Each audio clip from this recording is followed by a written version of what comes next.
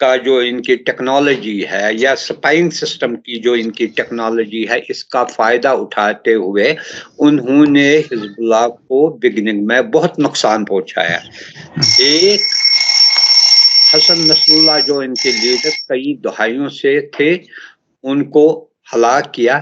اس کے علاوہ پیجرز اور واکی ٹاکیز کا جو نیٹ ورک جس کے ذریعے حزب اللہ کمپلیٹ نیٹ ورک چل رہا تھا اس کو ڈسٹرائے کیا, جس کی وجہ سے حزب اللہ کے بہت سے بڑے بڑے جو سینئر کمانڈرز ہیں وہ بھی شہید ہو گئے.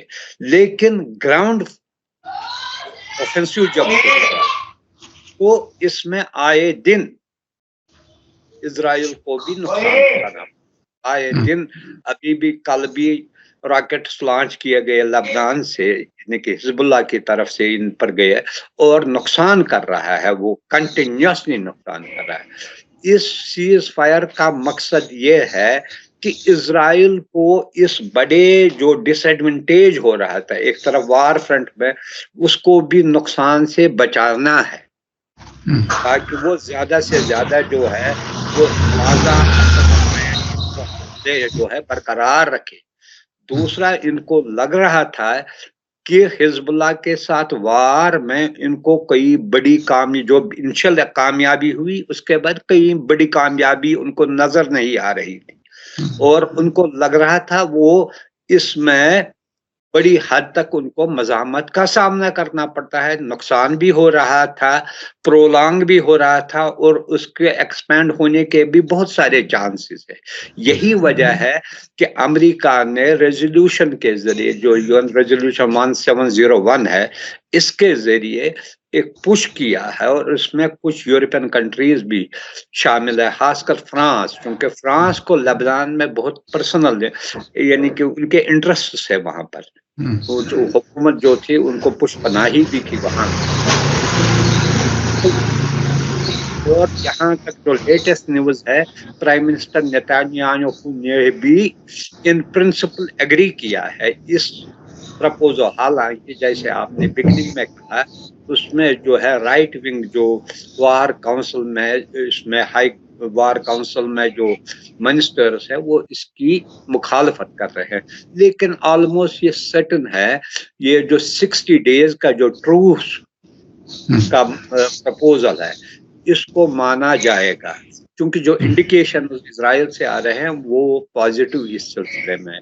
لیکن اس میں لبنان کے جو اسپیکر ہے نبی باری اس نے بہت اہم رول ادا کیا, کیونکہ نبی باری کے بارے میں کہا جاتا ہے کہ وہ حزب اللہ کے بھی بہت قریب ہے اور ان کے ساتھ بھی ان پر انفلوئنس رکھتا ہے. اسی وجہ سے ان کا بڑا رول ہے.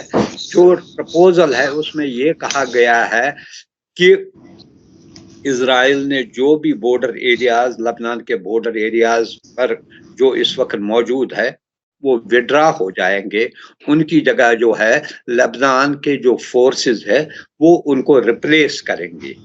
دوسری بات ایک 5 نیشن کمیٹی بنائی گئی ہے جس میں امریکہ کے علاوہ فرانس بھی ہے جو اس کو compliance of this cease fire proposal کو پوری طرح نگرانی کرے گا تاکہ اس کو لیٹر اینڈ سپرٹ امپلیمنٹ کیا جائے. اب جیسے امید کی جا رہی ہے لگتا ہے آج رات تک اس کے بارے میں ایک فائنل ڈیسیجن لیا جائے گا. لیکن آج کل اسرائیل کی طرف سے گولہ باری کو داغے ہوئے دونوں, نہ صرف ایک تو غزہ میں ہے لبنان میں اور ایون سیریا میں بھی لگا ہے اور یہاں سے بھی راکٹس برسائے گئے.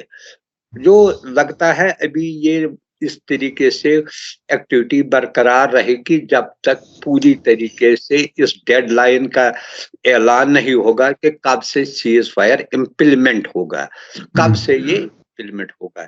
لیکن اس سے سچویشن تو چینج نہیں ہوگی. شیخ صاحب میں اسی پر آ رہا تھا کہ یہ آدھا ادھورا جو سیز فائر جس کی بات ہو رہی ہے جس میں غزہ کو شامل نہیں کیا جا رہا, کیا اس علاقے میں امن بحال ہو سکے گا اس سے؟ اچھا شیخ صاحب تھوڑا سا رائٹ کو ہلکا سا ہو جائیے, ہلکا سا. ہاں ہاں بس دیکھیے جیسے میں نے پہلے ہی کہا مین ایشو ہے لبنان کا، یہ جو ہے حزب اللہ کے ساتھ جو ہے وار جو ہے وہ کس وجہ سے شروع ہوا ہے، اس کا اگر مین دیکھا جائے وہ بیکاز آف غازہ،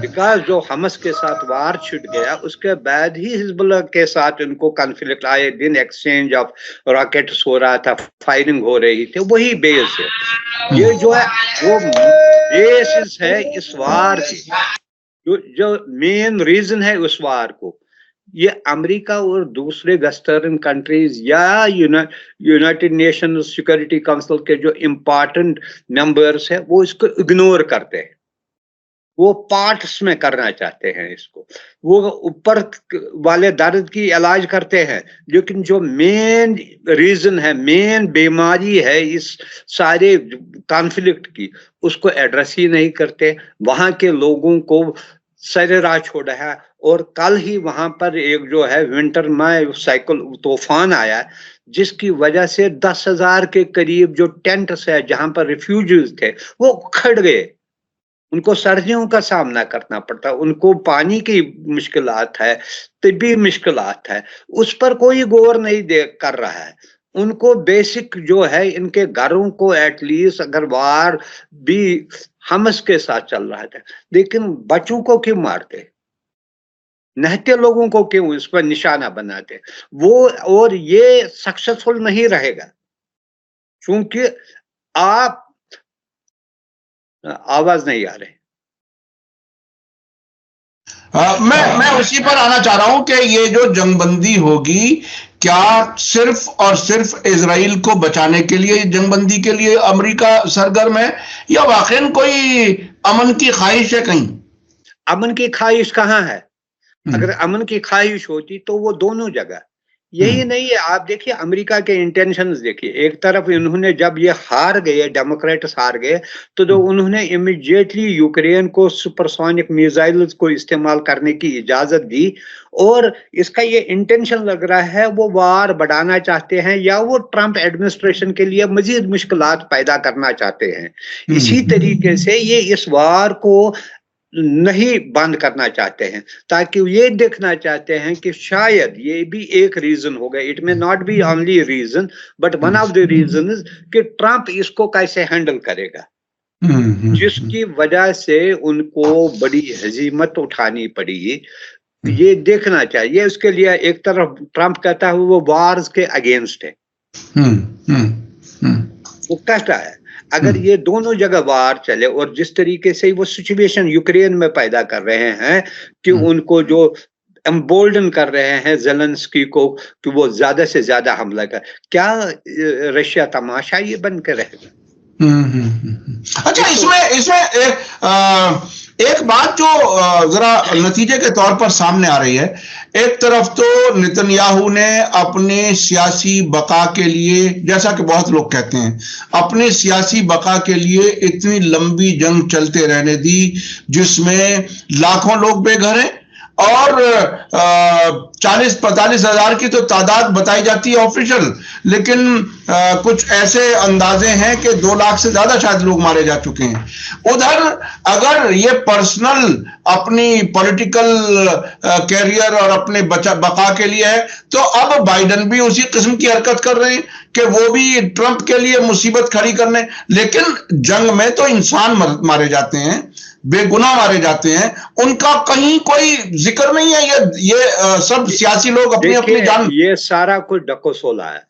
یہ جو ہے بڑے کنٹریز کہتے ہیں، بڑے بڑے دعویٰ کر رہے ہیں ہیومن رائٹس کے، چائلڈ پروٹیکشن کے، وومنز امپاورمنٹ کے، یہ سارا جو ہے اس کی کوئی اہمیت نہیں ہے جب غریب مظلوم جو ان کے ایڈورس کنٹریز ہے وہاں پر انہوں نے جو کرتے ہیں وہ شرمناک ہے۔ آپ نے دیکھا کتنے معصوموں کو انہوں نے عراق یا افغانستان میں مارا، ہزاروں کی تعداد میں بے گناہوں کو مارا، اور پھر یہ کہتے ہیں یہ غلطی سے وہاں پر ہم نے سویلین پر حملہ کیا ہے۔ ان کی کوئی اکاؤنٹیبلٹی نہیں ہے. یہی جو ہے رونا جو ہے یونائٹڈ نیشنز کا جو ہے سیکرٹری جنرل کو جب وہ بڑے لوگوں کے بارے میں کہتا کوئی اس کو خاطر میں ہی نہیں لیتا ہے. جب چھوٹے کنٹری چاہے سودان ہو صومالیہ ہو دوسرے کنٹریز ہیں وہاں پر یونائٹڈ نیشنز کسی حد تک ایکٹیو رہتا ہے. یہ بدقسمتی ہے کہ یونائٹڈ نیشنز جو ہے وہ بڑے طاقتوں کے وہ ان کے لیے ایک بن گیا پان بن گیا ہے. ان کو وہ اپنے مقاصد کے لیے استعمال کر رہے ہیں. یہ جو یہ کہتے ہیں بڑے بڑے لوگ جتنے وار کرائمز جتنے ہیومن رائٹس وائلیشن ان بڑے کنٹریز نے کیے ہیں چھوٹے کنٹریز نے اس میں کچھ ہے ہی نہیں. اس میں آپ دیکھیے کس طریقے سے اگر دیکھیں گے جو بھی پچھلے 20 سال کی آپ ہسٹری دیکھیے وارز کی دیکھیے سب سے زیادہ کلنگ کہاں مر گئے؟ افغانستان میں, آپ کے عراق میں مر گئے, آپ کے لیبیا یا دوسرے کنٹریز سیریا میں 10 لاکھ 15 لاکھ لوگ وہاں مارے گئے. اور مائگریشن جو ہے اسی کی وجہ سے ہوئی ہے. جو پہلے فارمر چانسلر آف جرمن تھی وہ یہ کہہ رہی تھی کہ یہ ہماری ہی وجہ سے ان کی جو ہے مائگریشن ہو رہی ہے. لیکن دوسرے لوگ اس وقت ان پر بھی جو ہے مظالم ڈالتے تھے. یقینی طور پر اچھا شیخ صاحب اتنے مظالم کو دیکھ کر کے کیا یہ نتیجہ نکالا جا سکتا ہے کہ پھر ان ظالم مکار حکمرانوں کے خلاف پھر ریزسٹنس ہی ایک کامیاب طریقہ ہے؟ کیا اس جنگ نے یہ ثابت کیا ہے کیا؟ دیکھیں ان جو بڑے بڑے طاقتیں ہیں ان کو وہ جو ہے نا ڈائمنڈ کٹس ڈائمنڈ ان کے لیے مد مقابلہ وہی ہونا چاہیے. ایسے یہ ابھی بھی اگر رشیا نے اتنا کیا پہلے 2013 یا 2014 میں اس نے یوکرین کا ایک حصہ لیا کیا انہوں نے اس وقت کو کچھ نہیں سرنڈر کیا. اس وقت کیا صرف آرمز اینڈ ایمونیشن دیا اور ان کو پتا ہے کہ وہ اگر انہوں نے وہاں پر اپنے فٹ سولجرز بھیجے تو ان کا حشر بھی ویسے ہی ہوگا. اب یہ کیا کرتے ہیں یہ بڑے جو ہوتے ہیں ہاں جی آپ کو گن دیں گے آپ کو ٹینک دیں گے آپ کو میزائل دیں گے آپ لڑو ہم پیچھے سے. کبھی بھی اپنے سولجرز کے بارے میں دے آر ویری سینسٹیو. آپ دیکھیے ان کے بھی سولجر جو تھے افغانستان میں جو ہے جب مر گئے ان کی بڑی تعداد سولجرز کی مرے گئے تو وہ بھاگنے پر نکل گئے. یہ نہیں چاہتے ہیں. ان کو کانفرنٹ وہی کنٹری کر سکتا ہے جو ملیٹرلی اور اکنامکلی بڑے پاورفل ہو جو ان سے کنفرنٹیشن کے لیے کیپیبل ہو اور اس میں شمتا رکھتی ہو. ایسا اس میں کم سے کم ایران نے کچھ اپنے ہم مزاج لوگوں کو ریزسٹنس میں شامل کر کے اس حد تک تو لے آئے کہ ہوتھی بھی امریکہ کے بڑے بڑے بیڑوں کو واپس کرا سکتا ہے اور ایلات بندرگاہ کو تباہ کیا جا سکتا ہے یا پورے اسرائیل میں حملے جس طرح سے ریزسٹنس نے کیے اس نے بہرحال اپنی ایک طاقت تو دکھائی ہے. اب میں دوسری طرف جانا چاہتا ہوں کہ ابھی یہ جنگ یوکرین جنگ چل رہی ہے غازہ لبنان جنگ چل رہی ہے. اسی بیچ میں ایسی کیا وجہ ہوئی کہ ایران کے خلاف IAEA میں ریزولوشن پاس کر دیا گیا؟ وہاں ایک اور نئی بے چینی تیاری کی جا رہی ہے بے چینی بڑھانے کی. اسے آپ کیسے دیکھ رہے ہیں؟ دیکھیے ایران کے بارے میں اگر دیکھا جائے گا ابھی حال ہی میں ایلن ماسک جو ہے جو بڑے کانفیڈنٹ ہے ان کے اس نے ایران کے ساتھ کسی نہ کسی طریقے سے کمیونیکیشن لنکس کو اسٹیبلش کرنے کی کوشش کی. یہ ایک نئی چینج لگ رہی ہے ٹرمپ ایڈمنسٹریشن میں. کیا وہ سیریسلی ہے سنجیدہ ہے کہ ایران کے ساتھ کوئی بات چیت کا دروازہ کھول سکے جس سے جو مسائل ہے خاص کر ٹرمپ جو ہے 2 کنٹریز کے خلاف زیادہ تھا. ایک ایران دوسرا چائنا کے خلاف وہ تھا. ایران کے خلاف پہلے بھی اس نے کہا زیادہ سے زیادہ سینکشن لگانے کی ضرورت ہے. لیکن کیا جو پریزنٹ سینیریو ہے مڈل ایسٹ میں جس میں آپ دیکھتے ہیں حزب اللہ بھی حماس بھی ہوتیز بھی دیکھ رہے اور کچھ جو ہے ملیٹنٹ گروپ جو ہے عراق اور سیریا میں ان کو مد نظر دیکھ کر ان کی جو ہے ایک اسسمنٹ کر کے کیا وہ چاہتا ہے کہ ایران کے ساتھ کسی قسم کا کوئی اوپننگ ہو جس سے جو تناؤ ہے وہ کم ہو. دوسری طرف ایک رپورٹ یہ آ رہا ہے جیسے آپ نے کہا کہ ایران تقریباً نیوکلیئر ویپنز بنانے کے قریب ہے. یہ ایک رپورٹ آیا ہے اور اس میں آپ دیکھیے IAEA کے میں جو ہے میکسیمم جو کنٹریز ہے وہ ویسٹرن بیکڈ ہے. ٹیمز جاتے تھے کبھی کبھی ان میں سے کچھ اچھے بھی ہوتے تھے جو انسپیکشن ٹیمز میں ہوتے تھے ناروے کے یا دوسرے کے, وہ بار بار کہتے تھے ایسی کوئی نہیں ہے. ایک جو ہے آپ نے نہیں دیکھا کہ کس طریقے سے جارج بش جونیئر اور ٹونی بلیئر نے یہاں تک دعویٰ کیا کہ عراق میں نیوکلیئر ویپنز ہے اور اسی کو بہانہ بنا کے اس پر چڑھائی کی حملہ کیا گیا. بعد میں اگر انہی کے خلاف وار کرائمز ہونا چاہیے تھا international court of criminal justice میں کہ انہوں نے کیسے غلط بیانی کہ as responsible members of international community ایک پریزیڈنٹ تھا دنیا کے سب سے بڑے طاقتور کنٹری کا, دوسرا پرائم منسٹر تھا بڑا ہائیلی انفلوئنشل کنٹری اور both were members of security council. انہوں نے اتنا جھوٹ بتا کے دنیا کو تباہی کے دہانے پر لایا اس وقت 5 لاکھ لوگوں کو اور اس وقت عراق کے ڈپلومیٹ سے جب ہماری بات ہوتی تھی وہ یہ بتاتے تھے کہ یہ جو انسپیکٹر کے طور پر وہاں پہنچتے ہیں وہ کہیں کچھ انسپیکشن نہیں کرتے, صدام حسین کے محل کے آس پاس انچی ٹیپ لے کر کے باقاعدہ سڑکوں کی چوڑائی اور اس حد تک چیزیں دیکھتے تھے. یعنی انہیں اس وقت بھی شک تھا کہ یہ حملے کی تیاری ہے, کوئی انسپیکشن نہیں ہے. تو یہ ان کا طریقہ رہتا ہے اور بہت ہی خطرناک. تو اب آپ کو کیا لگتا ہے ایران کی طاقت کو ریئلائز کر لیا جائے گا یا ایران کے خلاف جو ہے وہ انٹیمیڈیشن کے سلسلہ اسی طرح سے جاری رکھا جائے گا؟ یہ آپ ہمیشہ یاد رکھیے یہ نارمل لائف میں بھی ہو رہا ہے, پالیٹکس میں زیادہ ہو. وہ جو کہتا ہے جنگل میں ایک ہی شیر رہنا چاہے, وہ کبھی یہ نہیں چاہیں گے کہ ان کے مد مقابلہ کوئی دوسرا شیر بھی وہاں پر آ جائے.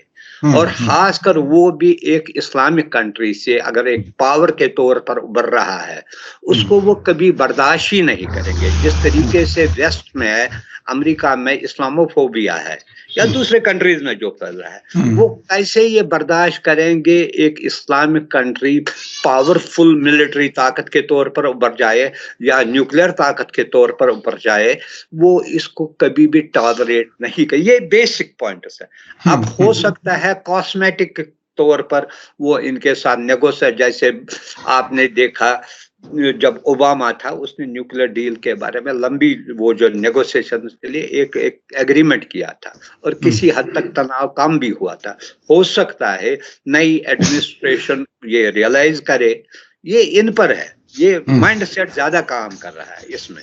مائنڈ سیٹ آپ نے دیکھا جیسے سیکرٹری آف اسٹیٹ کا مائنڈ سیٹ ہے وہ out and out to destroy Hamas, destroy Hezbollah, destroy یہ اس کا یہی تھا. اس کا نیگوسیشن میں وہ تو کاسمیٹک تھا, وہ اس میں لگے رہا تھا. اس میں ان کے یہ جو یہ جو تھے NSA تھا یا پینٹاگان کے وہ تھے army and out of the support, ان کو کبھی بھی یہ ولنگنس نہیں تھی کہ وہ اس مسئلے کو پرماننٹ ہے. اگر آپ دیکھیں بگننگ میں انہوں نے کہا تھا ہم اس کو فلسطینین اسٹیٹ کے بارے میں کہا, ایز وار ایڈوانسڈ کبھی اس کی بات ہی نہیں ہوئی. سارا کچھ انہوں نے ختم کیا. یہ کبھی برداشت ہی نہیں کریں گے کہ ان کے مد مقابل کوئی اور کھڑا ہو جائے جو ان کے آنکھوں سے آنکھیں ملائے گا. وہ ان کے لیے بڑا زبردست چیلنج ہے. ابھی تک بدقسمتی سے after the collapse of old Soviet Union اس کے بعد امریکہ کی مونوپولی تقریباً 30 سال برقرار رہی. اور اس میں جو بھی ان کے ہر ایک چیز کیا. پہلے کولڈ وار کے دوران وہ 10 بار سوچ رہے تھے کیا ہم ایکشن کریں گے, کہیں سوویت یونین انٹروینشن تو نہیں کرے گا, لیکن پھر ان کو کھلی چھوٹ ملی. چاہے افغانستان کو, ہر ایک جگہ انہوں نے اپنے جو ہے حملے کیے, ٹارگٹ کے کوئی پوچھنے والا بھی نہیں تھا, اپنے ہی ریزولوشن پاس کیا. اگر ریزولوشن بھی پاس نہیں ہوتا تھا اس کے بغیر بھی وہ کرتے تھے. یہ بدقسمتی ہے ہمارے سسٹم کی. اب جب کھڑا ہونے والے ہیں, چاہے ان دی فارم آف چائنا, اگر یہ بھی ایران بھی اتنا پاورفل بنے گا تو ایٹ لیسٹ کوئی ان سے پوچھنے والا ہوگا کہ آپ یہ کیا کر رہے ہیں. کنفرنٹ کر سکتے ہیں ان کو کنفرنٹ کرنے کی. یہ بھول ہی گئے, کوئی ان سے پوچھتا ہے بادشاہ کے بادشاہ سلامت رہے, اور اس کو کوئی پوچھنے والا نہیں ہے, کسی میں یہ طاقت نہیں ہے, جرت نہیں ہے کہ وہ ان سے پوچھے گے. اس وجہ سے یہ پرابلم جو ہے انٹرنیشنل افیئرس میں جو پرابلم ہو رہا ہے یہ اسی کی وجہ سے, آئیدر مائی وے اور ہائی وے. لیکن سب ایران کے اسلامی انقلاب کے جو بنیادی کچھ ٹینٹس ہیں وہ بہت ہی اہم ہیں. بالکل بنیادی طور پر ان کے فاؤنڈر لیڈر نے کہنا شروع کیا امریکہ سب سے بڑا شیطان ہے اور اسرائیل جو ہے وہ اس علاقے میں ناسور ہے. اس حد تک کہا کہ اگر سارے مسلمان مل کر ایک ایک بالٹی پانی بھی ڈال دیں تو اسرائیل ختم ہو جائے گا. تو یہ بالکل ایک نیا پیغام لے کر کے آئے اور انہوں نے اس وقت ایک طرح سے ابھرتی ہوئی طاقت کے طور پر اپنے آپ کو ثابت کر دیا. اب دنیا کدھر جائے گی؟ دیکھیے, اگر آپ نے دیکھا یہ حماس نے جو وہاں پر ریزسٹنس دکھائی یا حزب اللہ نے جو ریزسٹنس دکھائی, وہ ایران کے سپورٹ کے بغیر کبھی بھی پاسبل نہیں تھا. ایران کو یہ بھی کریڈٹ جا رہا تھا کہ بشار الاسد کی حکومت ایٹ دی ورج آف کولیپس تھی, اور جو طاقتیں اس کے خلاف استعمال, چاہے امریکہ تھا, فرانس تھا, ایون عرب کنٹریز تھی, ٹرکی تھا, ان کے چنگل سے کس طریقے سے اس کنٹری کو بچایا.